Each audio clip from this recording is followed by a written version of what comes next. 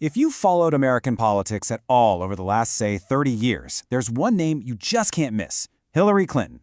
She's been a First Lady who completely redefined the role, a senator, a globe-trotting Secretary of State, and of course, the first woman to ever win a major party's presidential nomination.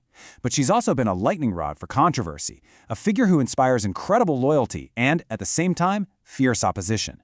In this explainer, we're going to walk through the key moments that shaped her truly historic and complex career. All right, so to really get a handle on this, we're going to break her journey down into 6 key chapters. We'll start at the very beginning and take it all the way to where she is today. Okay, first up, let's go back to her early years. This is really where the seeds of her political identity were planted. So you can see here, her rise was pretty quick.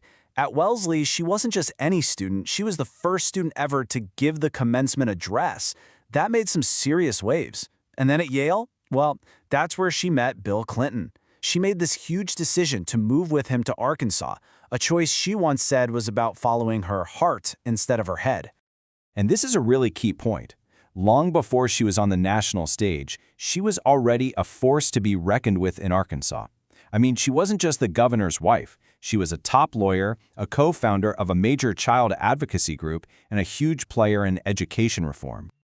Okay, so let's fast forward to the White House. When Bill Clinton won in '92 and they moved in, she basically threw out the old rule book for what a First Lady could be.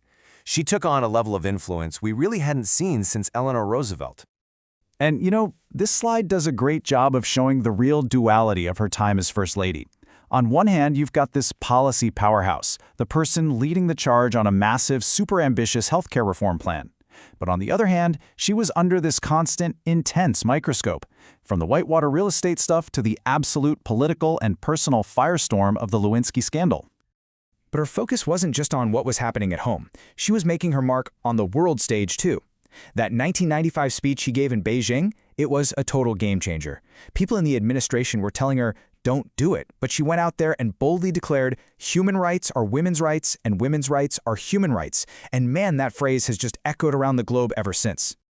So, when their time in the White House was over, did she step back? Nope, she stepped up. She made history, becoming the very First Lady to actually run for and win elected office for herself. And as the new senator for New York, her job was almost immediately defined by the tragedy of 9/11. She went to bat for the city, fighting to secure this huge amount, $21 billion in federal aid for redevelopment. And she became this fierce advocate for the health of the first responders at Ground Zero. And then, of course, came 2008, her first shot at the presidency. What a race that was. A really tough, historic primary against this up-and-coming senator named Barack Obama.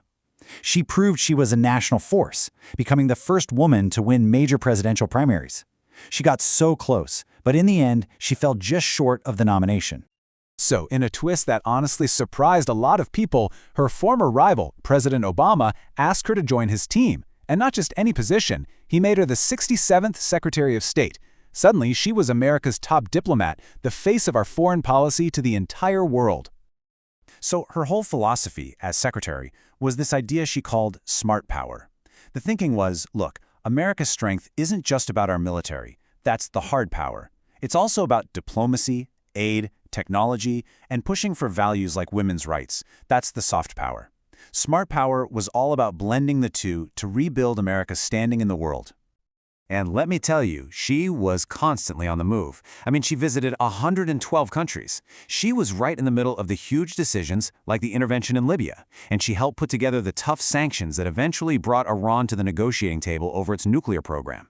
And when that tragic attack happened in Benghazi, she publicly took responsibility for the security failures. All right, after 4 years of crisscrossing the globe, she set her sights on the White House one more time. This led to the 2016 campaign, which, believe it or not, turned out to be even more of a political roller coaster than her first run. And this time, she broke through. After a really tough primary against Bernie Sanders, she did it. She made history, becoming the first woman ever to be nominated for president by a major American political party. I mean, that's a huge moment, shattering a glass ceiling that had been there for almost 240 years. But you can't talk about the 2016 race without talking about, well, you know what I'm going to say, the emails. The whole controversy around her using a private email server while she was Secretary of State, it just cast this massive shadow over her entire campaign. So what was the actual deal here? Well, the FBI investigated, and their conclusion was that she'd been extremely careless with classified information. But, and this is a big but, they didn't find any proof that she intended to break the law. So FBI Director James Comey recommended no criminal charges. But the political damage? Oh, that was already done. That story followed her right up to Election Day. And that brings us to the absolutely stunning result of the 2016 election. As you can see, she won the popular vote, and not by a little, by nearly 3 million votes. But she lost the presidency to Donald Trump because of the Electoral College. It was a shocking upset. She's only the 5th person in all of U.S. history to win the popular vote, but lose the election. So after a result like that, what do you do? Well, if you're Hillary Clinton, you don't just disappear. She's actually forged a whole new public role for herself, staying involved and fighting for the things she cares about. And she has been busy. She's written books, including her memoir, What Happened, to reflect on everything. She launched an organization called Onward Together to support progressive groups. And she stepped into the world of academia, becoming a professor and even a university chancellor. There's this description of her that's been around since the 90s, that she's like a Rorschach test. And it's so true. For decades, how people have felt about Hillary Clinton often says more about their views on women and power and politics than it does about her specifically. She just reflects whatever people bring to the table. So that leaves us with the big question. How is history ultimately going to remember Hillary Clinton? As this incredible trailblazer who kicked down so many doors for women in politics, as a brilliant, if maybe flawed, politician who got closer to the presidency than any women before her, or as this incredibly polarizing figure who really came to symbolize the deep, deep divisions in our country? The honest answer is her legacy is still being debated, still being written, but one thing is absolutely certain. Her impact on American history is undeniable.